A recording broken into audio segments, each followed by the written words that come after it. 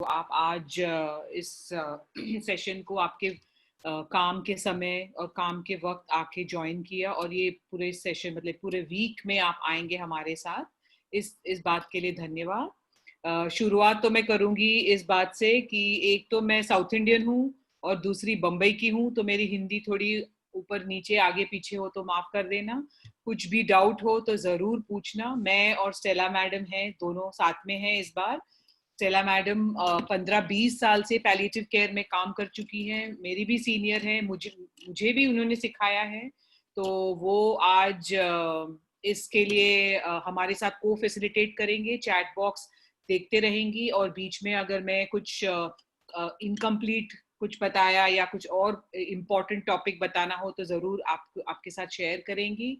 तो ये इम्पोर्टेंट है कि आप लोग सब जैसे कल इतने अच्छे इंटरेक्शन से आपने हमारे साथ बातचीत की, आपके ओपिनियन शेयर किए, वैसे ही आज भी चालू रखना। जैसे हमने कल देखा कि रमेश और उनके परिवार के साथ आपकी परिचय हो गई है और ये जो है हम उसी सिलसिले से उस पेशेंट और उस परिवार के साथ इस पूरे हफ्ते बढ़ेंगे। और आज का जो विषय है वो है लक्षण निवारण, मतलब सिम्टम कंट्रोल।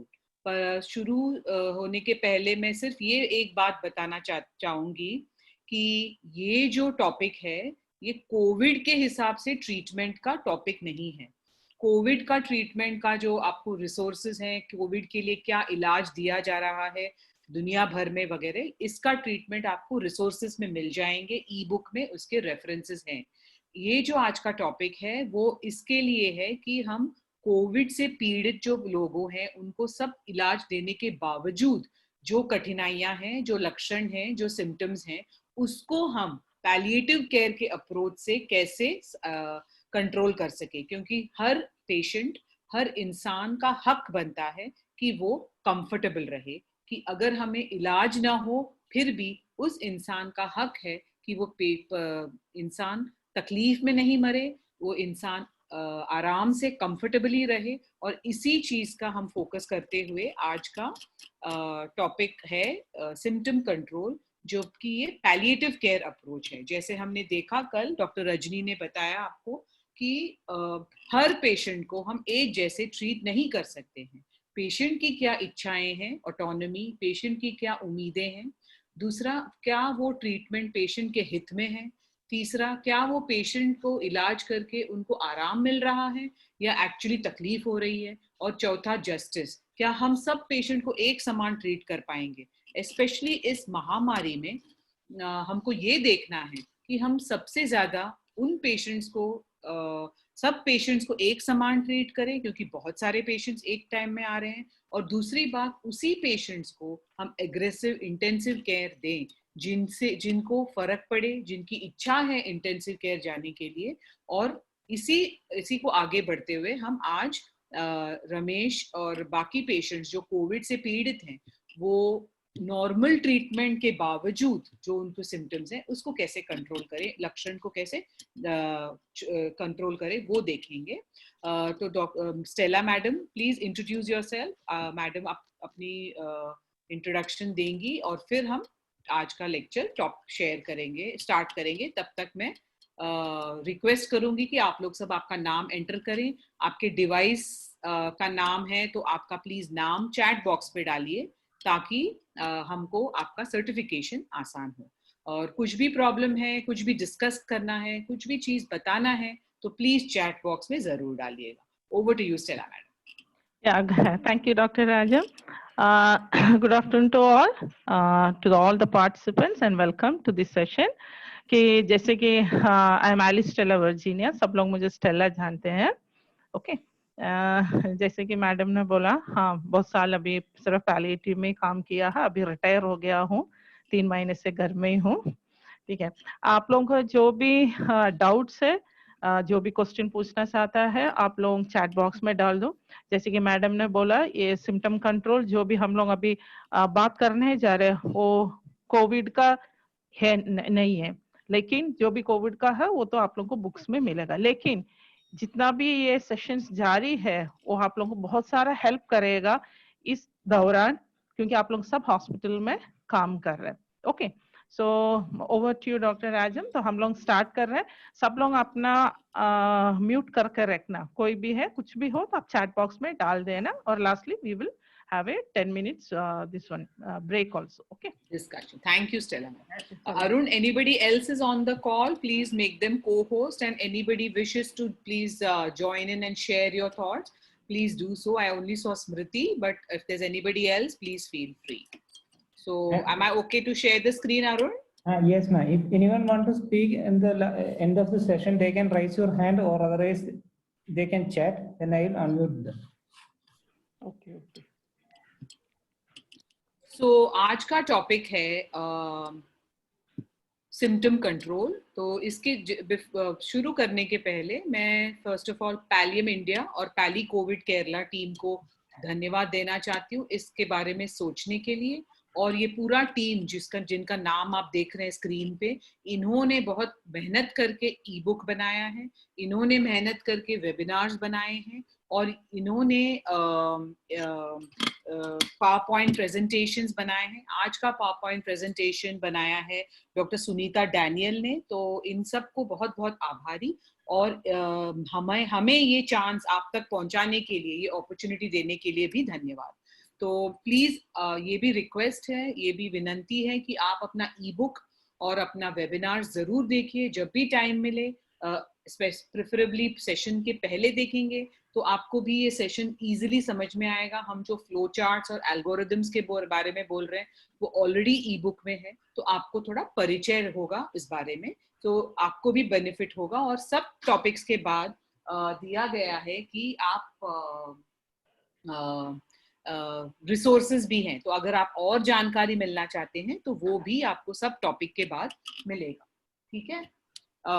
तो आपका फीडबैक भी बहुत इम्पोर्टेंट है. Sorry, I think I finished this wrongly. Okay, तो टू स्टार्ट विथ आज का मेन टॉपिक है सिम्टम कंट्रोल, जो डॉक्टर सुनीता डैनियल ने बनाया है. तो बेसिकली इस होल 1 घंटे का उद्देश्य ये है कि आप लोग वो लक्षण के बारे में समझ लें जो हम कॉमनली कोविड में देखते हैं. और ऑल्सो जैसे कल भी बताया, ये जो प्रिंसिपल्स आप सीख रहे हैं, सुन रहे हैं, ये सिर्फ कोविड के पेशेंट्स में नहीं, बट बाकी पेशेंट्स जो क्रॉनिकली इल हैं, जो कैंसर पेशेंट्स हैं, जो बाकी मरीज हैं जिनका कोई इलाज नहीं है, जिनका बहुत ज्यादा लक्षण है, और जिनके पेशेंट्स और उनके परिवार साथ में भुगत रहे हैं, उनके लिए भी अप्लाई कर सकते हैं. तो आपको ये जानना जरूरी है कि ऐसे टाइम में जब बहुत ऑफन डॉक्टर्स लोग बोलते हैं कि सॉरी हम आपका भी कुछ नहीं कर सकते हैं, ये बात गलत है. हमको ये समझना है कि डॉक्टर्स और नर्सेस बहुत कुछ कर सकते हैं जिससे पेशेंट को आराम हो, जिससे पेशेंट की तकलीफ कम हो, जिससे हम पेशेंट और उनके परिवार का सहारा बन सके, ताकि उनकी जो कठिन परिस्थिति है, कठिन जर्नी है, वो थोड़ा कम कठिन हो. हमारे पास सब चीज का हल नहीं है, हम भगवान नहीं हैं, पर हम उनकी दुख में शामिल होके, उनकी तकलीफें कम करके हम थोड़ा उनका जर्नी आसान कर सकते हैं. यही उद्देश्य है पैलिएटिव केयर का.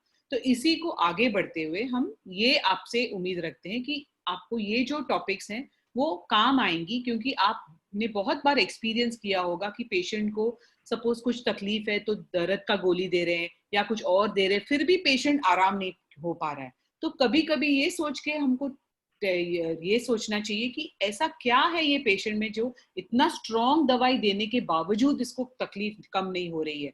क्योंकि पेशेंट की तकलीफ सिर्फ शारीरिक वजह से नहीं होती है, उनकी मानसिक, उनकी साइकोलॉजिकल, उनकी परेशानियां, उनकी आर्थिक स्थिति, ये सब कंट्रीब्यूट करती है, ये सब उनकी तकलीफ को कंट्रीब्यूट करती है. और हम डॉक्टरों की ट्रेनिंग में बहुत कम ट्रेनिंग ऐसे दिया जाता है कि अगर पेशेंट को कुछ तकलीफ हो तो उसके आगे बढ़ के हम पूछें कि आपको एक्चुअली परेशानी क्या हो रही है.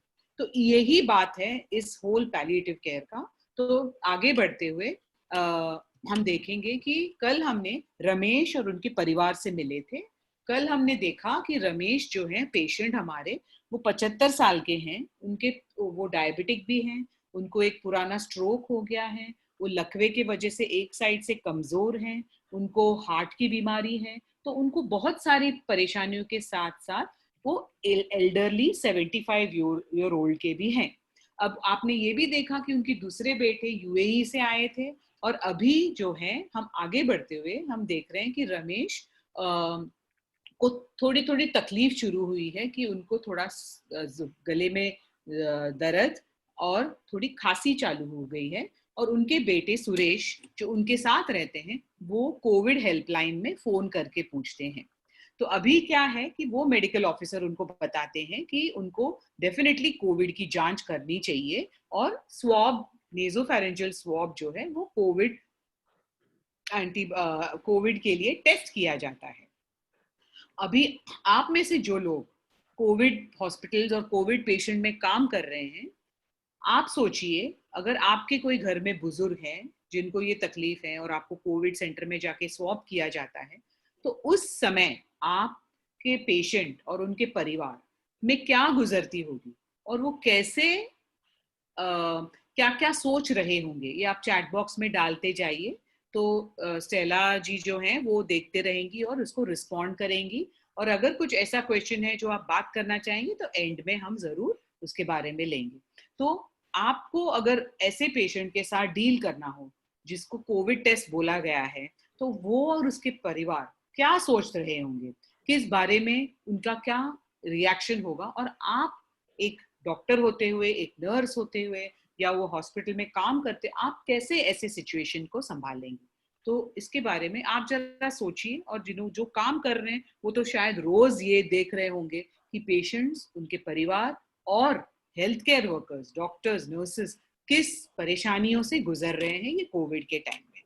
ठीक है, तो Stella, if there's anything, please stop me, madam, if there's something about on the chat box. Yeah, sure. Yeah. At present, only two things have come. That is from Rajini, anxiety, and from Varsha, fear and isolation and anxiety. Correct, तो आप लोग दोनों correct हैं, रजनी और वर्षा, कि सबको डर तो सबको है, और ये ज्यादा डर लगता है जब कोविड का टेस्ट कहा गया है, और अकेलेपन रहने का, और जस्ट की रिपोर्ट क्या होगा। करेक्ट, तो ये एकदम सही फरमाया आप लोगों ने, और यही हमको एंथुजियास्टिक कर देता है जब पार्टिसिपेंट्स इन्वॉल्व होके हमारे साथ शेयर करते हैं। तो ये जारी रखिएगा, स्टेला जी हैं जो देखते रहेंगी। तो रमेश को अभी क्या हो गया है कि कोविड का टेस्ट पॉजिटिव आ गया है, और अभी उनको बोला है, क्योंकि उनकी उम्र बढ़ गई है और उनकी बहुत सारे और तकलीफें हैं जिसे हम कोमॉर्बिडिटीज बोलते हैं, इसलिए उनको एडमिट किया गया है। और दूसरे दिन एडमिशन के दूसरे दिन उनका कंडीशन थोड़ा बदतर हो जाता है। मतलब उनका बुखार है, उनका हार्ट रेट 120 हो गया है, ब्लड प्रेशर मेंटेन्ड है, बट ऑक्सीजन सैचुरेशन कम हो गया है, जो हम बहुत ऑफन देखते हैं कोविड के पेशेंट्स को, जिसको निमोनिया हो जाता है, और यही पेशेंट्स इस वजह है जिससे पेशेंट का ऑक्सीजन लेवल घटता है। और कोविड में हमने ये भी देखा है कि पेशेंट्स अच्छे खासे चलते फिरते आते हैं और सडनली क्रैश होते हैं, क्योंकि कोविड में छोटे छोटे क्लॉट्स जो different parts of the lung में जाके बस जाते हैं, ये पेशेंट का हालत को सडनली डिटीरियोरेट करता है। तो इसीलिए सब लोग पल्स ऑक्सीमीटर अभी घर पे रख रहे हैं और पल्स ऑक्सीमीटर का चेक कर रहे हैं बार बार, स्पेशली जब एल्डरली हो घर पे। तो अभी क्या है कि ये पेशेंट जो वार्ड में एडमिट हुआ है और कोविड पॉजिटिव है, उसका कंडीशन थोड़ा बिगड़ गया है। तो अभी ये मेडिकल ऑफिसर फैमिली मेंबर्स को बताने जा रहे हैं कि आपका पेशेंट अभी थोड़ा और सीरियस हो गया है, और अभी आगे हम क्या करना चाहिए। जैसे कि हमने कल देखा, बात करना, काउंसलिंग किस ढंग से, किस टोन से, किस तरह से करते हैं, ये बहुत फर्क पड़ता है कि हम अपने मुद्दे कैसे पेशेंट तक पहुंचाएं और कैसे फैमिली तक पहुंचाएं। तो कोविड के सिचुएशन में ये बात जो है थोड़ा और कॉम्प्लिकेट हो जाता है, क्योंकि पेशेंट और फैमिली एक साथ नहीं है, पेशेंट और फैमिली दूर दूर है, और हमको पेशेंट से, अगर पेशेंट बात कर पा रहा है, कॉन्शियस है, पेशेंट को से भी बात करना है और फैमिली से भी बात करना है। और वैसे भी आप जानते हैं कि डॉक्टर्स और नर्सेस एनीवे ओवरवर्क्ड हैं, इतने सारे पेशेंट्स एक साथ हैं, तो सबके पेशेंट्स और फैमिलीज के साथ बात करना पड़ रहा है। बट स्पेशली जो पेशेंट थोड़े सीरियस है, उस पेशेंट और उस फैमिली को थोड़ा ज्यादा नजर देना बहुत जरूरी है। तो अभी जब हम पेशेंट के फैमिली से बात किए, तो पेशेंट का बेटा बोलता है, प्लीज मेरे फादर के लिए सब कुछ करना। आप क्या समझते हैं ऐसे सिचुएशन में कैसे आप हैंडल करोगे? सपोज आप वहाँ के चीफ नर्स हो या आप वहाँ के ऑन ड्यूटी डॉक्टर हो, तो ऐसे पेशेंट जो 75 प्लस है, जो ऑलरेडी उनको एक साइड से लकवा है, और जो पेशेंट्स को डायबिटीज है, हार्ट प्रॉब्लम है, और अभी उनका कोविड से स्टेटस के वजह से ऑक्सीजन लेवल घट गया है, तो ये सिचुएशन को आप कैसे हैंडल करोगे? और आप लोग चैट बॉक्स में डालिए कि क्या ये पेशेंट एक आइडियल कैंडिडेट है आईसीयू जाने के लिए, आर्टिफिशियल वेंटिलेशन के लिए। अगर नहीं है तो आप उन्हें कैसे ट्रीट करेंगे, वो हम आगे चल के देखेंगे। बट चैट बॉक्स में आपके थॉट्स जरूर डालिएगा, क्योंकि हम भी आपसे सीखेंगे कि ऐसे पेशेंट्स को कैसे हैंडल करना चाहिए। ये जरा सोच के आप बताइए हमको, ठीक है? और एक्चुअली बेटे का कहने का मतलब क्या है? जो भी बेटा है वो कभी नहीं चाहेगा कि आप अपना फादर या कोई भी बुजुर्ग जो हमें प्यारे लगते हैं वो सफर करे, करेक्ट? बट हमें उनको पूरा कंडीशन समझाना जरूरी है, क्योंकि उनका डिसीजन, उनका मत लेना बहुत जरूरी है। सो अगर हम फुर्सत लेके उन्हें एक्सप्लेन नहीं कर पाएंगे तो वो नहीं समझ पाएंगे कि क्या डिसीजन लेंगे। और भारत में अक्सर देखा जाता है कि पेशेंट्स और उनके रिलेटिव्स बोलते हैं, डॉक्टर साहब आप डिसाइड कीजिए क्या करना है। ये गलत चीज है, क्योंकि ये शेयर्ड डिसीजन होना चाहिए। डॉक्टर सबका डिसीजन नहीं ले सकता, क्योंकि डॉक्टर पेशेंट को उतना नहीं पहचानता है जितना उनके घर वाले पहचानते हैं। पेशेंट की अच्छाइयाँ, पेशेंट को क्या अच्छा लगता है, पेशेंट को क्या अच्छा नहीं लगता है, हर इंसान का नजरिया अलग होता है। तो ये बहुत इम्पोर्टेंट है कि हम वो ध्यान में लेते हुए इसको करना चाहिए। इसीलिए आप बताइए ऐसे पेशेंट्स को क्या करना चाहिए, क्या रमेश जैसे पेशेंट को आईसीयू में दाखिल करना चाहिए। तो एक छोटा ब्रेक, ये 15-20 सेकेंड का ब्रेक लेती हूँ, जब तक आप चैट बॉक्स में आपका ओपिनियन नहीं डालें, क्योंकि ये कोविड के सिचुएशन में जैसे मैंने बताया, हमको नॉर्मली जो पैलिएटिव केयर पेशेंट्स हम देखते हैं, कैंसर के पेशेंट्स हैं, डिमेंशिया के पेशेंट्स हैं, या पेशेंट्स जिनको बहुत सारा छाती का प्रॉब्लम है, हमें 2-3-4 महीना या 2-4-6 बार हम जरूर मिल पाते हैं पेशेंट्स और फैमिली को। इसमें क्या है कि पेशेंट्स का कंडीशन बहुत जल्दी बिगड़ रहा है, इसलिए हम भी अपना कनेक्शन नहीं बना पाते हैं पेशेंट और फैमिली के साथ। दूसरी चीज, पेशेंट और फैमिली दोनों अलग अलग जगह पे हैं, तो हम एक साथ नहीं मिल पाते हैं ये समझने को कि फैमिली में डायनामिक्स क्या है, कौन डिसाइड करता है, कौन पैसा दे रहा है, ये हम नहीं समझ पाते हैं। तीसरी बात ये है कि सब लोग पीपी में हैं, तो बात करना भी मुश्किल है। पेशेंट को समझ में नहीं आता है कि ये किससे बात कर रहे हैं, डॉक्टर हैं कि नर्स हैं कि कोई और है। तो ये भी एक दिक्कत होती है, और पेशेंट्स बहुत सारा स्ट्रेस में है, क्योंकि वो अकेले हैं, क्योंकि उनको डर है, मरने का डर है। सो ये सब चीज कोविड में और कॉम्प्लिकेट हो जाता है। इसीलिए यही टाइम है जब हम सब साथ में एक दूसरे का सहारा बन के थोड़ा सिचुएशन को थोड़ा क्या बोलते हैं, पेशेंट और उनकी फैमिली के लिए आसान करना जरूरी है। सो इसीलिए कोविड के टाइम पैलिएटिव केयर कोविड की महामारी के वक्त और भी ज्यादा इम्पोर्टेंट हो जाता है। सो हमने क्या क्या सिम्टम्स देखे हैं अभी तक, जो अभी 6 महीना हो गया है पैंडेमिक का, तो हमें काफी सारा रिपोर्ट्स मिल रहा है कि ये पेशेंट्स कैसे बिहेव करते हैं। अभी तक तो पता चला है कि ज्यादातर फेफड़े और रेस्पिरेटरी ही ज्यादा इफेक्ट हो रहा है। तो बुखार है, खांसी, सांस फूलना, और जो स्मेल है चेंज टेस्ट का, और नाक का जो खुशबू आना और जो टेस्ट है, वो काफी हद तक पेशेंट्स में इफेक्ट होता है। दूसरे लेस कॉमन सिम्टम्स है बायल्जिया, विच इज बहुत ज्यादा शरीर दुखना, भूख कम लगना, छाती भारी भारी लगना, और थकान। ये थकान तो हम पेशेंट के कोविड नेगेटिव स्टेटस के बाद भी देखते हैं जब पेशेंट इंप्रूव होके आता है।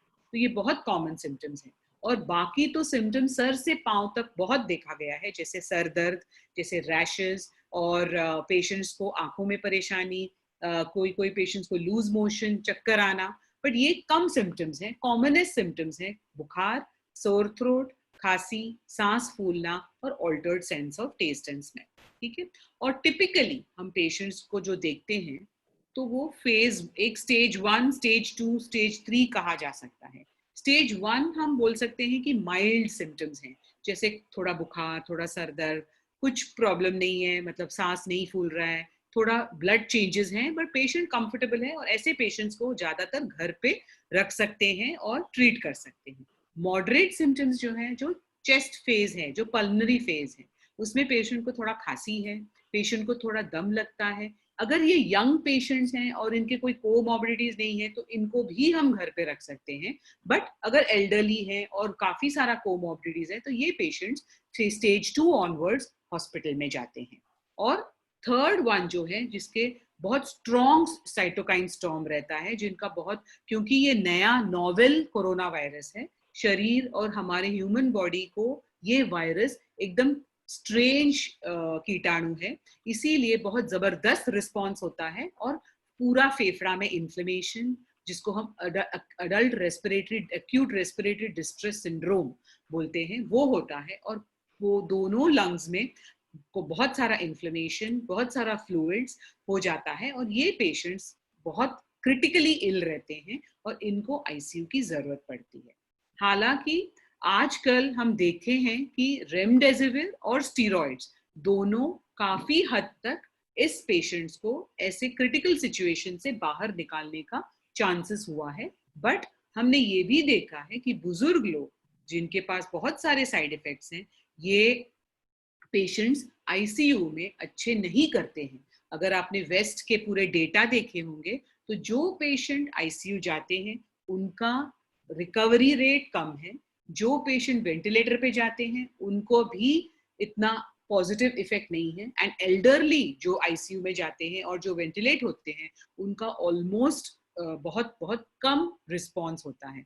तो ये सब मद्दे रखते हुए हमको पेशेंट केयरफुली सिलेक्ट करना चाहिए जो आईसीयू में जाए, क्योंकि महामारी में एक वक्त ऐसा भी सिचुएशन आ सकता है कि बहुत सारे पेशेंट्स हैं और आपके पास सिर्फ 4-5 वेंटिलेटर है। जैसे कल डॉक्टर रजनी ने बताया, अफ्रीका जैसे शहरों में हमने जैसे देखे कि पूरे देश में 10 वेंटिलेटर हैं।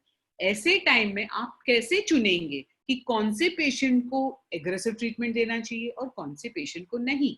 इसी कारण पैलिएटिव केयर और ट्रायजिंग जो बोलते हैं, कौन से पेशेंट को फर्क पड़ेगा वेंटिलेटर से, उन्हीं पेशेंट्स को एडमिट करना चाहिए आईसीयू और वेंटिलेटर पे, क्योंकि ऐसे ही पेशेंट्स को वेंटिलेटर पे डाल के वो उनके हित में नहीं है, वो सिर्फ उनका टॉर्चर बढ़ाता है।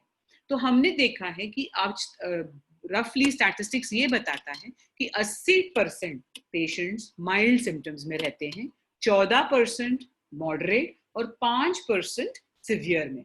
बट हमारे देश की आबादी देखते हुए 1.3 बिलियन लोगों में अगर 5% एक साथ इन्फेक्ट हो आईसीयू में, हमारे पास भी क्षमता नहीं है इन सब पेशेंट्स को एक साथ आईसीयू में ट्रीट करना। इसीलिए ज्यादा जरूरी है हमको ये सोच के चलना कि पेशेंट सिलेक्शन इंपॉर्टेंट हो।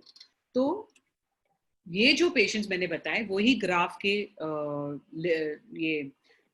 ये है कि सिवियर इलनेस 5% के पेशेंट्स को होते हैं और 14% सिवियर क्रिटिकल इलनेस 5%, जो मॉडरेट टू सिवियर है वो 14%, बाकी के 80%। सो दिस इज, ये थोड़ा अच्छे लक्षण है कि 80% माइल्ड है, बट जो 5% है वो भी एक साथ अगर आए तो हम बहुत स्ट्रगल करेंगे ऐसे पेशेंट्स को यूनिफॉर्म ट्रीटमेंट देने के लिए। इसीलिए हमको बहुत इम्पोर्टेंटली ये समझना है कि पेशेंट्स को कैसे चुने, पेशेंट्स को कैसे कंफर्टेबल रखें, और यही बात पेशेंट्स और उनके फैमिली को कैसे बताएं, कैसे कम्युनिकेट करें, क्योंकि बात करना एक बहुत बढ़िया स्किल है जो हम सब को सीखना है, ताकि हम ऐसा कुछ नहीं बोले जिसे सामने वाला हमें गलत फहमी में समझे या गलत फहमी में रहे और फिर बाकी के जो प्रॉब्लम्स हैं वो शुरू नहीं होना चाहिए। तो आप लोग सब बताइए, I don't know Stella madam कि क्या रिस्पॉन्स आया है, रमेश को आईसीयू में रखना है कि नहीं? नहीं, आईसीयू में नहीं रखना करके देहापुर, जैसे कि जितेंद्र कुमार ने बोला कि no need of ICU admission, अभी के लिए सिम्टम बेस्ड ट्रीटमेंट काफी है करके। एंड राजकुमार ये बोला कि आईसीयू कंपलसरी है। हाँ, तो इंटरेस्टिंग है। तो या वेरी इंटरेस्टिंग। तो मैंने पूछा किस लिए, क्यों करके, लेकिन बाय द टाइम सोनल ने बोला जब ऑक्सीजन लेवल बहुत कम हो जाता है और पल्मोनरी इन्फेक्शन ज्यादा होता है तभी आईसीयू एडमिशन होता है, नहीं तो एसपीओ2 फॉल हो जाता है और पेशेंट्स को ऑक्सीजन थेरेपी मेडिकेशन फेल हो जाता है, मैनेजिंग करना प्रॉब्लम हो जाता है, तभी पेशेंट्स को आईसीयू में डालना चाहिए।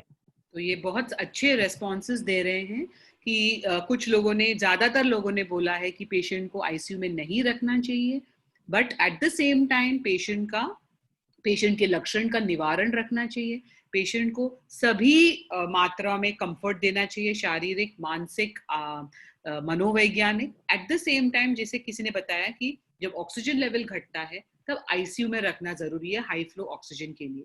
ये बात सही है, बट फिर भी ये पेशेंट को वेंटिलेटर पे डालना उचित नहीं है, अनलेस पेशेंट का इच्छा हो तो वो अलग बात है। बट अगर हम स्टैटिस्टिक्स देखें और हम जैसे बोलते हैं एविडेंस बेस्ड मेडिसिन देखें, तो ऐसे पेशेंट्स वेंटिलेटर पे बहुत अच्छे नहीं करते हैं, तो उनको वेंटिलेटर पे डालना सिर्फ टॉर्चर या अत्याचार ही होगा। सो ये इम्पॉर्टेंट है और ये कम्युनिकेट करना भी बहुत बहुत इम्पॉर्टेंट है। साथ में जब हम बोल रहे हैं कि पेशेंट को आईसीयू में नहीं रखना चाहिए, वार्ड में रखना चाहिए, वार्ड में भी हम बाईपैप दे सकते हैं, वार्ड में भी हम हाई फ्लो ऑक्सीजन दे सकते हैं, और वार्ड में और क्या कर सकते हैं ये हम आगे चल के देखेंगे। तो द मोस्ट कॉमन सिम्टम जिसके वजह से पेशेंट्स आईसीयू में लेके जाते हैं या जिसके वजह से हम सब घबरा जाते हैं, वो सांस फूलना या ब्रेथलेसनेस, जो कोविड-19 में बहुत ही कॉमन है। और ये जो सांस फूलना है, ये सिर्फ फेफड़े के कमजोर होने के वजह से नहीं होता है। एक बार पेशेंट को सांस फूलने लगता है तो पेशेंट ऑटोमेटिकली चिंतित हो जाता है, पेशेंट एंग्शियस हो जाता है और उस वजह से और सांस फूलने लगती है। फिर उसके बाद डर लगने लगता है, मुझे क्या होगा, अब क्या मैं तो ये जो हम मॉडल बोलते हैं ब्रीदिंग थिंकिंग मॉडल, ये इसके वजह से फेफड़े की कंडीशन प्लस एंजाइटी प्लस जो परेशानियां हैं वो सब मिला के कि क्या मैं बाकी फैमिली मेंबर्स को कोविड दे दूंगा, क्या मैं मर जाऊंगा, क्या मैं अकेले रहूंगा, ये सब सोच के उनका सांस और भी फूलने लगता है। तो इस वजह से ये जो है इसे हम रिफ्रैक्टरी ब्रेथलेसनेस, मतलब ऑक्सीजन, स्टीरॉइड्स, रेमडेसिविर, बाईपैप सब देने के बावजूद जब पेशेंट फिर भी हाफता है, उसे हम ब्रेथलेसनेस विच जो रिफ्रैक्टरी है, जिसे हम कंट्रोल नहीं कर पाते हैं, वैसे बोलते हैं, या क्रॉनिक ब्रेथलेसनेस सिंड्रोम बोलते हैं। तो इस वजह से पेशेंट बहुत ही हाफ रहा है और सफर कर रहा है। इसी सफरिंग को कम कैसे कर सकते हैं? तो फर्स्ट ऑफ ऑल जो भी कारण है वो ट्रीट कर सकते हैं। फॉर एग्जाम्पल अगर पेशेंट सीओपीडी है या एस्मा है तो उनका इनहेलर्स देना, डेरिफाइलिन देना, नेबुलाइजर देना, ये सब इम्पॉर्टेंट है। फिर ऑक्सीजन, फिर बाईपैप, ये बहुत इम्पॉर्टेंट है। साथ में आपको जो करना है वो हम सब कर सकते हैं, वो है पेशेंट का पोजीशन। अभी कोविड में देखा गया है कि पेशेंट को पेट में लिटा के काफी फर्क पड़ता है, क्योंकि 2/3 2/3 फेफड़ा पीछे की तरफ ज्यादा है। इसलिए हमने देखा है कि पेशेंट को जब पेट में लेटाते हैं तो पीछे का फेफड़ा जो फ्री हो जाता है वो बेटर वेंटिलेशन होता है, जिसे हम अवेक प्रोनिंग बोलते हैं। अवेक मतलब पेशेंट अभी भी सिडेटेड और वेंटिलेटेड पे नहीं है, और प्रोनिंग मतलब जो पेट पे लेटा के। तो पोजिशनिंग इंपॉर्टेंट है। कुछ पेशेंट्स को बिठा के आगे बेंड करके उनको अच्छा लगता है, कुछ पेशेंट्स को राइट लैटरल या लेफ्ट लैटरल। तो ये सब हम ट्राई कर सकते हैं बिसाइड्स दवाइयां, जिसे हम नॉन फार्माकोलॉजिकल मैनेजमेंट बोलते हैं। कुछ पेशेंट्स को मसाज पैर में करें या पीठ में करें या हॉट वाटर बैग दे तो आराम लगता है। कुछ पेशेंट्स को रिलैक्सेशन टेक्निक, जैसे लंबा सांस खींच के धीरे से मुंह से छोड़ने को सिखाना चाहिए। और कॉमनली नॉन कोविड के टाइम्स जब पेशेंट को ब्रेथलेस लगता था, हम पंखा, हैंड फैन या छोटा सा टेबल फैन पेशेंट के फेस पे हम रखते थे। बट ये थोड़ा डाउटफुल है कोविड में, क्योंकि इससे कोविड की बीमारी फैल सकती है। स्टीमिंग से भी कोविड की बीमारी फैल सकती है Rajni, we are not sure. But patient को पोजीशन देके थोड़ा मसाज करके, थोड़ा क्या बोलते, ब्रीदिंग टेक्निक्स, अगर हो सके तो वार्ड में खुले विंडो के पास थोड़ा लूज कपड़ा पहना के ये सब ट्राई कर सकते हैं एज नॉन फार्माकोलॉजिकल मेजर्स। ये सब करने के बावजूद और कभी कभी पेशेंट्स को थोड़ा म्यूजिक थेरेपी या कुछ अच्छा शब्द कह के कि हम आपका देखभाल कर रहे हैं, हम आपको अकेले नहीं छोड़ेंगे, या आपके फैमिली मेंबर्स को बता दिया है आपका कंडीशन क्या है, ये सब सहानुभूति के शब्द बोल के भी पेशेंट अगर कंफर्टेबल नहीं रहा तो हम कैसे मैनेज करते हैं इस मॉर्फिन। आप लोगों में से पता नहीं कितने वार्ड में आप लोगों ने यूज किया है मॉर्फिन। अगर यूज किया है तो जरूर चैट बॉक्स में डालना, ताकि it will be interesting to know कि आपके स्टेट में अवेलेबल है, और अगर अवेलेबल है तो सांस फूलने के लिए यूज होता है कि नहीं, तो जरूर डालना आप चैट बॉक्स में। तो मॉर्फिन का जो इस्तेमाल है, मॉर्फिन इज नशीली दवा, तो मॉर्फिन थोड़ा क्या बोलते हैं, it's a essential narcotic drug. तो थोड़े रूल्स एंड रेगुलेशंस हैं जो हमारे देश में चेंज हुए हैं 2014 में। तो ये जो मॉर्फिन की दवा है, बहुत कम प्रमाण में 2.5 से 5 depending on the severity of the breathlessness हम देते हैं। अगर पेशेंट मुंह से ले सकता है तो हम मुंह से देते हैं, या फिर सबक्यूटेनियस। अभी आप लोग काफी लोग नर्सेज हैं, क्या आप सबक्यूटेनियस यूज करते हैं? ये भी हमें चैट बॉक्स में डालिए कि आप मॉर्फिन सांस फूलने के लिए यूज करते हैं क्या, सबक्यूटेनियस रूट यूज करते हैं। हम पैलिएटिव केयर में ज्यादातर सबक्यूटेनियस रूट यूज करते हैं क्योंकि वो सबसे कम दर्द होता है। वो ऐसा एक टेक्निक है जो अगर निकल भी जाए तो खून नहीं बहता है। और जिस पेशेंट्स कोविड के सिचुएशन में नहीं, पर जो पेशेंट्स घर में जैसे सीओपीडी के हैं, इंटरस्टिशियल लंग के हैं, उनको घर में उनके फैमिली मेंबर्स खुद आईवी सबक्यूटेनियस मॉर्फिन दे सकते हैं। नर्स और डॉक्टर की जरूरत नहीं है, उनको ट्रेन किया जा सकता है, क्योंकि काफी सारे पेशेंट्स सबक्यूटेनियस इंसुलिन लेते हैं तो उनको पता है कि सबक्यूटेनियस कैसे देना है। तो हम दम के लिए एकदम छोटे कम प्रमाण में सेफ डोज ऑफ मॉर्फिन जो है वो देते हैं हर 4 घंटे। और अगर पेशेंट इसके बावजूद भी एंग्शियस है तो हम नींद का जो गोली है मिडाजोलैम या लोराज़ेपैम देते हैं।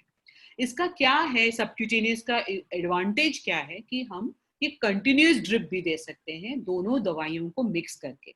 तो ये स्लाइड का मेन उद्देश्य ये है कि मॉर्फिन जैसी दवा सिर्फ पेन के लिए नहीं बट सांस के लिए भी यूज होती है, कम प्रमाण में सेफली दिया जा सकता है, इससे पेशेंट को आराम मिलता है, हानि नहीं होता है। और ये दवाइयां सबक्यूटेनियसली या ओरली भी दे सकती है।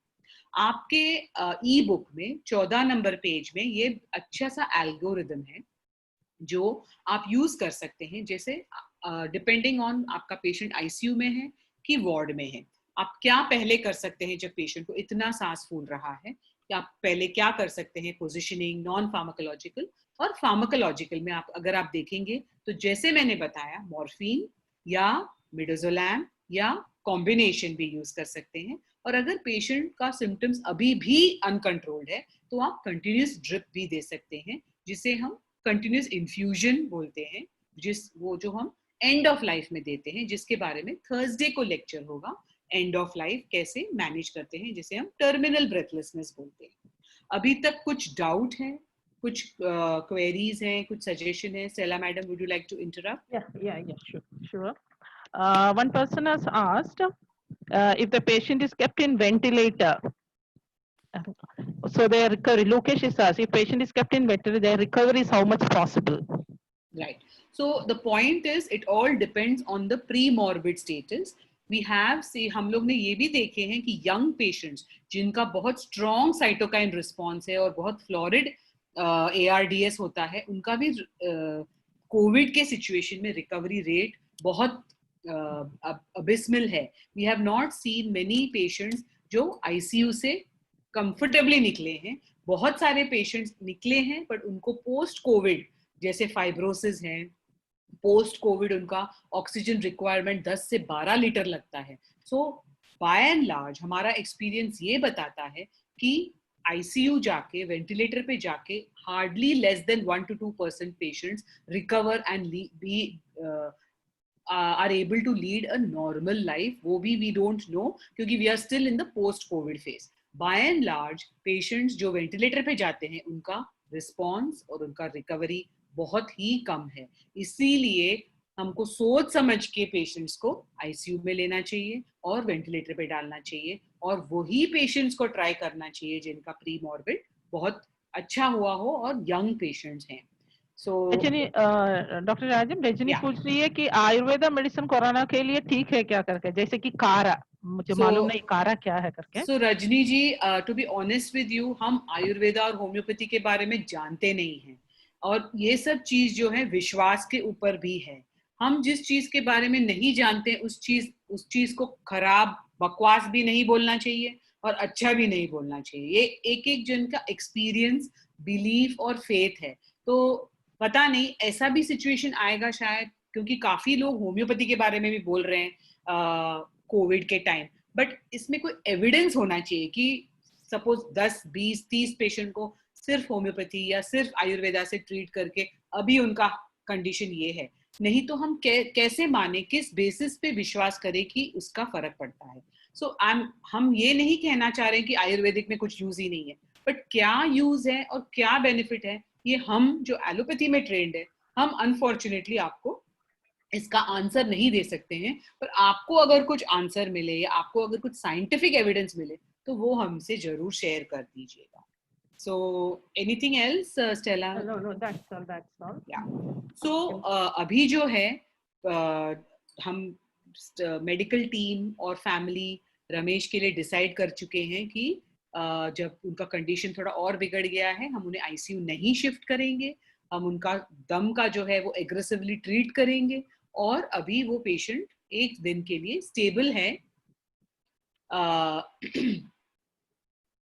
तो अभी क्या है कि वो पेशेंट, सांस फूलना उनका कम हो गया है, बट अभी सडनली वो पेशेंट बहुत बेचैन है और सब चीज निकाल रहा है, और एकदम क्या अलग सा बिहेव कर रहा है। जैसे पहले 2 दिन आए थे, शांत थे, डरे हुए थे, घबराए हुए थे, अभी सडनली उनका नेचर बदल गया है। आपको क्या लग रहा है कि ये पेशेंट को क्या हो रहा है? जो डॉक्टर्स और नर्सेस कोविड के पेशेंट के साथ ट्रीट कर रहे हैं, उन्होंने काफी देखा होगा, बिकॉज ये रिपोर्ट किया गया है कि सेकेंड कॉमन सिम्टम है जो हम कोविड के पेशेंट्स में देखते हैं, क्योंकि वो आइसोलेशन में रहते हैं।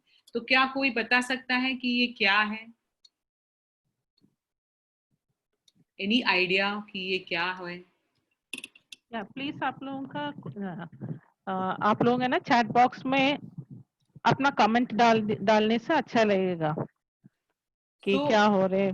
करेक्ट। सो ये जो है, ये दूसरा सिम्टम जो हम कॉमनली देखते हैं कोविड में, ये है डिलीरियम। आप लोग ने डिलीरियम के बारे में देखा होगा कि सडनली पेशेंट एकदम एजिटेटेड होता है, या सडनली पेशेंट एकदम शांत हो जाता है, कुछ बात नहीं करता है, या कपड़े निकालने लगता है, आईवी लाइन निकालने लगता है, मास्क निकालने लगता है। तो ये बहुत देखा गया। ये जो स्लाइड है ये एक्सपीरियंस है कि दुनिया भर में सब डॉक्टर्स ने देखे हैं कि डिलीरियम बहुत कॉमनली देखा गया है कोविड के पेशेंट्स में, स्पेशली एल्डर पेशेंट्स में ये सब कॉमन होता है। जैसे एल्डर पेशेंट्स को कमजोर रहते हैं, एल्डर पेशेंट्स को बहुत सारे कोमॉर्बिडिटीज रहते हैं, ये सब भी कंट्रीब्यूट करता है उनके डिलीरियम को। और हम डिलीरियम को कैसे एसेस करते हैं? तो इसका एक सिंपल टूल है जिसे हम 480 डिलीरियम असेसमेंट टूल, जिसमें हम देखते हैं कि पेशेंट क्या अलर्ट है, क्या पेशेंट ज्यादातर सोता है या नॉर्मली अलर्ट है, खाने के टाइम उठता है, या रोज रात को सोने के बाद जगा रहता है, कि ऑल्टर्ड स्लीप पैटर्न है, दिन भर सोते हैं। तो ये सब हम पॉइंट्स लेते हैं और हम सब पॉइंट्स को काउंट करते हैं। ईच पॉइंट जो है 0, 1, 2, और अगर 4 से ज्यादा है तो इनका डिलीरियम होना चांसेस ज्यादा है। तो उसमें क्या क्या देखते हैं कि वेदर पेशेंट इज अलर्ट, तो पेशेंट वेदर जागा हुआ है। सेकेंडली, आप पेशेंट को सिंपल इंफॉर्मेशन पूछते हैं, उनका नाम, उनका जन्म तारीख, कहाँ पे आए हैं, क्या साल है, और अगर वो बोल पाता है तो मतलब ही इज ओरिएंटेड। दूसरा, आप फिर उनको कुछ शब्द देते हैं और बोलते हैं कि ये शब्द मुझे वापस बताओ, या साल के महीनों को बताना, जनवरी से लेके दिसंबर तक और दिसंबर लेके जनवरी तक। तो अगर ये बता पाते हैं तो मतलब उनका दिमाग is going well. So these are the things. ये सब लेके हम ये निर्णय करते हैं कि पेशेंट कंफ्यूज्ड है, पेशेंट डिलीरियस है, कि पेशेंट के क्या चल रहा है। तो ये जो है, it is not a chronic problem, ये अक्यूट प्रॉब्लम है। और पेशेंट, अच्छा खासा पेशेंट को सडनली डिलीरियम हो सकता है, और क्यों हो सकता है ये हम देखेंगे। क्योंकि फर्स्ट ऑफ ऑल ये पेशेंट अकेले रह रहा है, नया जगह है, सब लोग पीपी में है, प्लस पेशेंट्स को डिफरेंट सिम्टम्स है, ऑलरेडी पेशेंट को डर है कि मैं मरने वाला हूँ, मैं फैमिली को देने वाला हूँ, वो डर भी एक है, दर्द भी हो रहा है, सांस फूल रही है, प्लस हमको ये देखना चाहिए शायद ये पेशेंट कुछ और दवा ले रहे थे जो अभी बंद हो गया है सडनली, और ये बंद होने की वजह से उनकी एंजाइटी बढ़ गई है, या वो कॉन्स्टिपेटेड है, 2-3 दिन से टॉयलेट नहीं हुआ है, या यूरिनरी रिटेंशन हुआ है। तो एज अ नर्स या as a doctor on the ward ये सब चीज सडनली हमको सूझना चाहिए कि अगर पेशेंट के बर्ताव में अचानक से बदल आ गई तो हमको ध्यान रखना चाहिए कि कुछ तो गड़बड़ है। तो वाइटल पैरामीटर्स तो चेक करना चाहिए, फिर उनका शारीरिक सिम्टम्स चेक करना चाहिए, फिर थोड़ा जाके देखना चाहिए कि has he pass tools, has he pass urine, कुछ और दवाइयां छूट गई हैं क्या, और उनको पूछना चाहिए कि आप किस चीज पे वरीड हो। तो काफी कारण हो सकते हैं जिससे पेशेंट डिलीरियस हो। तो आपके ई बुक के 17 पेज में एक ब्यूटीफुल फ्लो चार्ट है जिसमें क्लियरली बताया गया अगर कि पेशेंट का बर्ताव सडनली एकदम एजिटेटेड हो जाए, तो अगर पेशेंट एजिटेटेड होते हुए उसको मालूम है कि वो कहाँ है, ओरिएंटेड है, तो वो सिर्फ एंजाइटी है या डर है। बट अगर पेशेंट का बर्ताव बदल के वो गुस्से में है या एजिटेटेड है और वो कंफ्यूज्ड है, तो वो डिलीरियम है। तो उसे कैसे हैंडल करना चाहते हैं, उसे कैसे हैंडल करना चाहते हैं, वो मोस्ट इम्पॉर्टेंट मेडिकेशन जो है हैलोपेरिडॉल, जो कॉमनली जो है डॉक्टर्स और नर्सेस बोर्ड में सेरिनेस के नाम से जानते हैं, बट हैलोपेरिडॉल इम्पॉर्टेंट है। ये जो दवाई है वो भी आप सबक्यूटेनियसली दे सकते हैं और बोलस डोज भी 1 मिलीग्राम का दे सकते हैं। डोजेस आपके ई बुक में है। और अगर पेशेंट को एजिटेशन विद डिसोरिएंटेशन है तो आप हैलोपेरिडॉल के साथ मिडाजोलैम भी दे सकते हैं। सिमिलरली अगर आपका पेशेंट के सिम्टम्स माइल्ड है और वो ओरिएंटेड है तो आप लोराजिपैम या क्लोनाजिपैम देके उनको शांत कर सकते हैं। तो एक और चीज बोलना जरूरी है कि ये जो दवाइयां हैं, हैलोपेरिडॉल है, मिडाजोलैम है, मॉर्फिन है, ये तीनों भी एक साथ आप सबक्यूटेनियस इन्फ्यूजन में दे सकते हैं अगर पेशेंट को सांस भी फूल रही है, पेशेंट एंग्शियस भी है और पेशेंट एजिटेटेड भी है। सो सिलेक्ट करना आपके पेशेंट्स पहले आप लोग ट्रेन करना चाहिए कि पेशेंट को एग्जैक्टली क्या है और उसके हिसाब से आप कैसे वो जितना हद तक ट्रीट कर सकते हैं वो ट्रीट करना जरूरी है। उसके बावजूद जब सिम्टम्स अनकंट्रोल्ड है, जब लक्षण आपके लिमिट क्रॉस करती हैं, पेशेंट तकलीफ में है, तो आप ये सब दवाइयां जरूर दे सकते हैं और इनके डोजेस आपके हैंडबुक या आपके पॉकेट में रहे तो आपको बहुत आसानी हो जाएगी इस बारे में ट्रीट करना। Anything, Stella madam? Yeah, no, I was just asking them what are the causes of delirium. So Rajini has put overdose of morphine. And Yes. Shivani has put due to medication, surgery, any infection and drug intoxication or withdrawal. Okay, very good. So Rajni, एक बात आपका correct है कि morphine की वजह से हो सकता है, बट मैं ये बात बहुत इम्पोर्टेंटली बोलना चाहूंगी कि पैलिएटिव केयर में हमारा मंत्र ये है कि स्टार्ट लो गो स्लो। हम उतना ही देते हैं जिससे पेशेंट को आराम हो, इसीलिए हम रेंज देते हैं कि 2.5 to 5। सब पेशेंट्स को एक जैसा नहीं, हमेशा कम से कम डोज स्टार्ट कीजिए और उतना ही दीजिए जिससे पेशेंट को आराम हो। मिनट पेशेंट आराम में है हम और डोज नहीं बढ़ाते हैं। तो इफ हम अगर बहुत केयरफुली दें तो very unlikely for patients to go into intoxication. And Stella madam will tell you 15 साल में उन्होंने हार्डली पेशेंट्स देखे होंगे। मैडम आप बताइए आपका एक्सपीरियंस इस मामले में, how safe morphine is? Yes, morphine is very, very safe if you do the assessment properly and the follow-up properly. See that we, like when we start morphine to the patients, we explain to the patient, हम लोग patients को explain करते हैं कि morphine कैसे खाना है, कितना घंटा का बीच में खाना है, कितना खाना है और कब हमारे पास आके बताना है। फिर उसके ऊपर से क्या क्या प्रॉब्लम हो सकता है, जैसे कि उल्टियां, कॉन्स्टिपेशन, नहीं तो पेशेंट है ना इररिलेवेंट टॉक, मतलब जैसे कि हमने बोला डिलीरियम, कुछ बात करते हैं, तो हम लोग पेशेंट और फैमिली को ये एक्सप्लेन करेंगे ऐसे कुछ प्रॉब्लम है तो तुरंत आप हॉस्पिटल में रिपोर्ट करना चाहिए। ये बहुत एंड मोर ओवर हम लोग जो भी पेशेंट्स को मॉर्फिन दे रहे हैं कभी पेशेंट्स को ओवरडोज हुआ नहीं है, ठीक है, क्योंकि पेशेंट्स सिर्फ उनका पेन के लिए उन लोगों लेता है और करेक्ट मात्रा में उन लोग लेता है। तो इतना साल में हम लोग ने देखा पेशेंट्स ने अगर कोई भी थोड़ा सा भी प्रॉब्लम है इमीडिएटली पेशेंट रिपोर्ट भी करता है, क्योंकि आपने पेशेंट्स को एक्सप्लेन करके रखा है। So that is important, nurses की तरफ से इम्पोर्टेंट है पेशेंट्स को जो भी दवा आप दे रहे हैं आप एक्सप्लेन करके देना है। उनका कुछ प्रॉब्लम है तो कब रिपोर्ट करना और क्या प्रॉब्लम हो सकता है। इनफैक्ट इसी वजह से हम बहुत क्या बोलते हैं एक्साइटेड हैं और एंथुजियास्टिक हैं जब नर्सेज ये कोर्स आती हैं, क्योंकि नर्सेज ही पिलर हैं पेशेंट केयर के लिए। नर्सेज ही बैकबोन है हर वार्ड के लिए, और अगर इन्फॉर्म नर्सेज हैं तो वो एकदम अलर्ट रहते हैं और बहुत फायदा होता है ट्रीटिंग डॉक्टर्स को जब नर्सेज अलर्ट रहते हैं, जब नर्सेज इन्फॉर्म्ड रहते हैं। और इसीलिए बहुत इम्पोर्टेंट है कि आपके फ्रेंड्स और नर्सेज भी इस कोर्स को लें, क्योंकि ये बहुत सिंपल चीज है जिससे हम पेशेंट के आराम, पेशेंट का कंफर्ट और पेशेंट और फैमिली का थोड़ा बहुत सहारा बन सकते हैं। तो यही उद्देश्य है कि मोस्ट इम्पोर्टेंट है, सब मेडिसिन के साइड इफेक्ट्स हैं, जानना जरूरी है, बट हम इतने कम प्रमाण में डोजेस यूज करते हैं जो आपके एल्गोरिदम में है, जो ई बुक्स में है, जरा देख लीजिएगा। और जितना कम से कम डोज में पेशेंट को ज्यादा से ज्यादा आराम मिले वही डोज हम यूज करते हैं पैलिएटिव केयर में। तो तीसरा सिम्टम जो हम कॉमनली देखते हैं वो है पेन, और पेन का जो सिम्टम है हम WHO ladder, which is World Health Organization के लैडर के हिसाब से ट्रीट करते हैं। और क्या बोलते हैं, शॉर्ट में कहने के लिए WHO लैडर के 3 स्टेप्स होते हैं। स्टेप नंबर 1 जो माइल्ड पेन है, स्टेप नंबर 2 जो मॉडरेट पेन है, और स्टेप नंबर 3 जो सिवियर पेन है। और हमको कैसे पता माइल्ड, मॉडरेट, सिवियर? हमको तो नहीं मालूम पेशेंट को कितना पेन है। तो बहुत अच्छा तरीका है अगर आप लोग आपके पेशेंट के बेड साइड जाते हैं तो पूछने के लिए कि दर्द है तो कहाँ है और कितना है। कितना है के लिए हम लोग एक सिंपल विजुअल स्केल लेते हैं, जैसे एक सीधा लाइन बना दिया, एक तरफ आपने 0 डाला, एक तरफ आपने 10 डाला। पेशेंट को पूछना है कि आपको कितना दर्द होता है। तो अगर पेशेंट 0 की तरफ डालता है तो माइल्ड है, 10 की तरफ डालता है तो सिवियर है, और कहीं बीच में डालता है तो मॉडरेट है। इससे क्या होता है, हमको भी एक नंबर मिलता है कि पेशेंट का पेन माइल्ड है, मॉडरेट है या सिवियर है।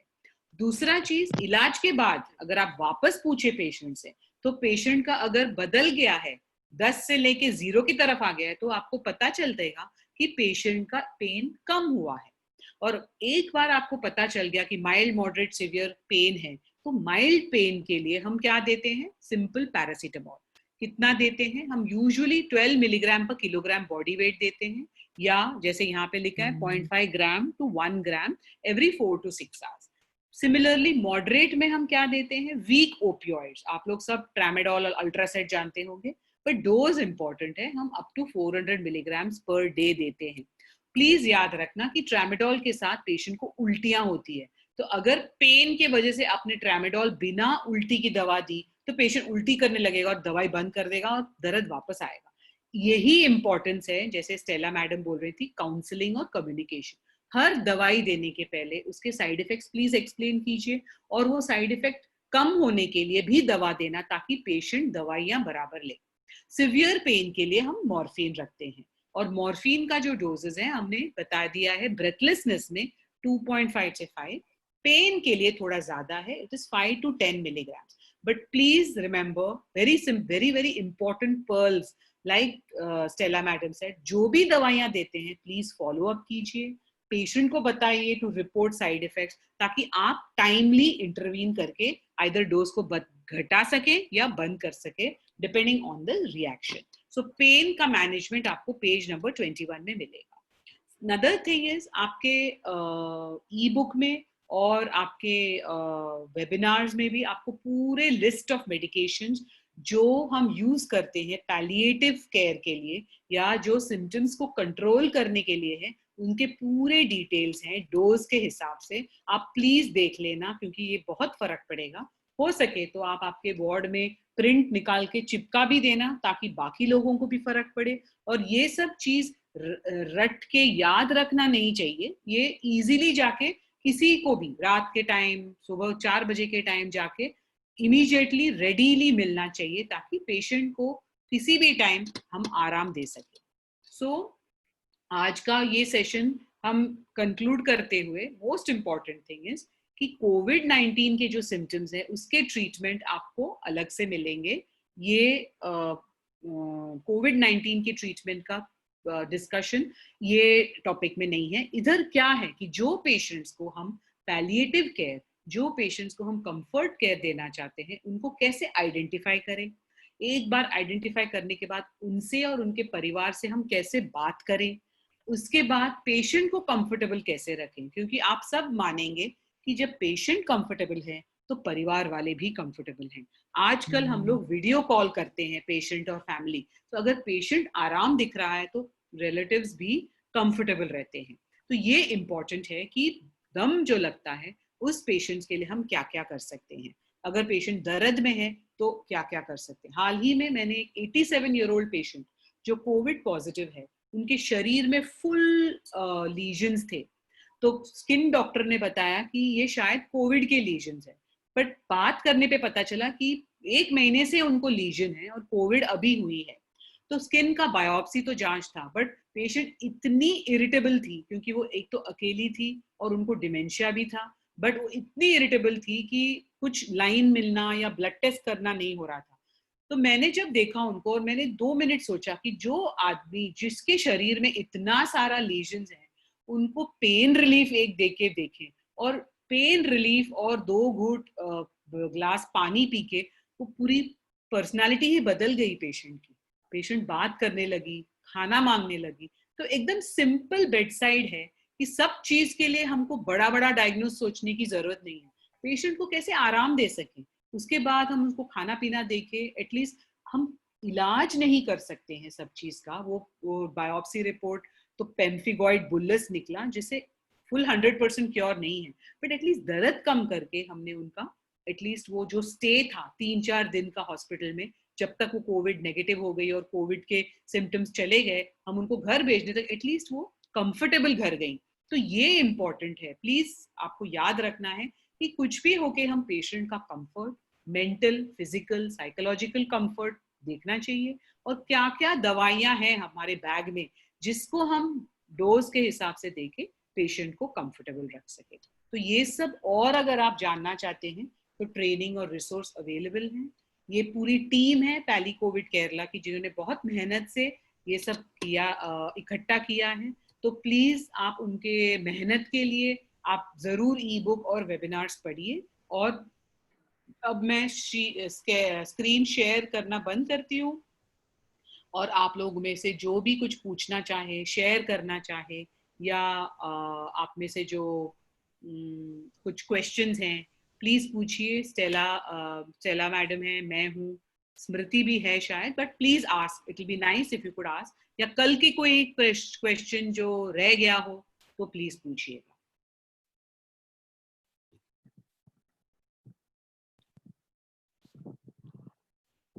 जैसे कि रजनी बताया, pain management is very important. That is very right Rajni, क्योंकि हम लोग है ना, नर्सेस है ना, 24 घंटा पेशेंट के साथ ही रहता है, तो हम लोग को पता चलता है कि अगर हम लोग पेशेंट से बात किया तो हमको पता चलता है कि पेशेंट पेन में है कि नहीं करके। तो उसमें है ना, जैसे कि अभी डॉक्टर राजम ने बताया कि और कोई डायग्नोसिस के लिए जाने की जरूरत नहीं है, सिंपल चीज है। जब पेशेंट्स को पेन रहता है ना, बहुत मुश्किल होता है उन लोग को शायद वो हमको बताने के लिए, लेकिन जैसे कि हम लोग पूछेगा पेशेंट जरूर बताएंगे उनका पेन के मरा। पेन मैनेजमेंट इज बहुत इंपॉर्टेंट है।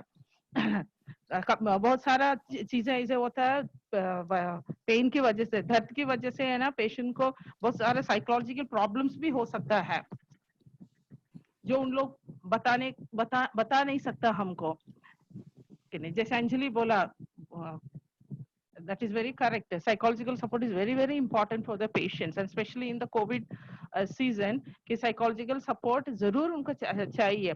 अगर हम लोग पीपी में है तो भी क्या है, हम लोग थोड़ा सा तो पेशेंट का पास जाके पेशेंट का हालचाल पूछ सकता है, उनका क्या प्रॉब्लम पूछ सकता है, अगर टाइम है तो पूछ सकता है, और जितना हो सकता है हम लोग कंट्रीब्यूट भी कर सकता है पेशेंट्स को। मेरा एक और चीज ऑब्जर्वेशन है, और ये मैं भी गिल्टी हूँ। वेरी ऑफन जब हम लोग वार्ड जाते हैं, हम हम लोग जब डॉक्टर्स राउंड लेते हैं, हम लोग नर्सेस को भी साथ में लेके जाना चाहिए। और मैं हमेशा एनकरेज करती हूँ कि नर्सेस को क्वेश्चन पूछना चाहिए, बहुत इंपॉर्टेंट है। क्योंकि डॉक्टर्स प्रिस्क्राइब करते हैं, ये अलग बात है, बट क्या दवाई है, क्यों दे रहे हैं, कितना डोज दे सकते हैं, उसमें साइड इफेक्ट क्या है, ये छोटी छोटी चीज जो नर्सेस पूछेंगे तो आपको जवाब भी मिलेगी, आप सीख भी पाएंगे, और आप क्या बोलते हैं, नजर भी रख सकते हैं कि अरे डॉक्टर ने बोला था पेशेंट को वॉमिटिंग होगी, पेशेंट को कॉन्स्टिपेशन, और ये पेशेंट को हो रहा है, तो मैं रिपोर्ट कर सकती हूँ या कर सकता हूँ। तो ये बहुत इंपॉर्टेंट है। समहाउ हमारे देश में, हालांकि जब मैंने इंग्लैंड में काम किया तो ये डिफरेंस मेरे को कम नजर आया कि नर्सेस को भी लेके जाते हैं, नर्सेस के साथ बहुत डिफरेंट इंटरेक्शन, ये हमको बदलना है। एंड नर्सेस को मैं ये बोलती हूँ कि थोड़ा क्या बोलते हैं, आप एजुकेशन और इंक्विजिटिवनेस से जरूर पूछिए प्रश्न, क्योंकि जितना आप पूछेंगे उतना आप केपेबल हो जाएंगे और उतना ही आप कॉन्फिडेंट रहेंगे ऐसे पेशेंट्स को मैनेज करने में। और करेक्ट, सोशल वर्कर्स का रोल बहुत इंपॉर्टेंट है। हालांकि इसीलिए हमने इतनी अच्छी अच्छी चीज सीखी है स्टेला मैडम से, वूंड के बारे में, ड्रेसिंग के बारे में, और सिंपल थिंग्स लिम्फेडीमा के बारे में, जो ऑफ कोर्स नॉन कोविड है, बट बहुत हम कहने का मतलब है कि सब लोगों में अच्छे हैं जिसको हमको सीखना है। तो अनलेस हम शेयर करें वो हम सीख ही नहीं पाएंगे। तो इसीलिए आपके वार्ड में आप क्वेश्चंस पूछिए, और वो क्वेश्चंस का आंसर नहीं मिला तो हमें पूछिए, हम ट्राई करेंगे आपको आंसर करने में। पैलियम इंडिया के थ्रू ईमेल के साथ आप भेज सकते हैं, so we can try and answer your questions. और जैसे कि हम लोग नर्सेस है, nurses can give psychosocial support to the patient, हम लोग को वो भी मालूम है। ये नहीं कि पूरा हम जानता है, लेकिन कम से कम, क्योंकि हम लोग 24 घंटे पेशेंट के पास रहता है और हमको मालूम है पेशेंट का साइकोलॉजिकल प्रॉब्लम्स क्या हो सकता है और हम उनको कैसे निवारण कर सकता है। हर जगह में सोशल वर्कर्स नहीं रहता है, नर्सेस रहता है 24 आवर्स, तो हम ही हमको ही देना पड़ता है। तो जैसे कि हम लोग आप लोग अच्छे से कम्युनिकेट करेगा, कम्युनिकेशन में एक्सपीरियंस हो जाएगा, आपको मुझे मालूम पड़ेगा कि मैं पेशेंट को साइकोलॉजिकल सपोर्ट कैसे दे सकता है। लेकिन इसके लिए आप लोग अपना कम्युनिकेशन एक्सपीरियंस बढ़ना चाहिए, कम्युनिकेट करना चाहिए। पेशेंट गलती होगा, ये नहीं कि हम लोग सब गलती नहीं करेंगे, गलती तो होगा ही होगा, छोटा छोटा मिस्टेक्स हो सकता है, लेकिन उसमें आप लोग सीखेंगे।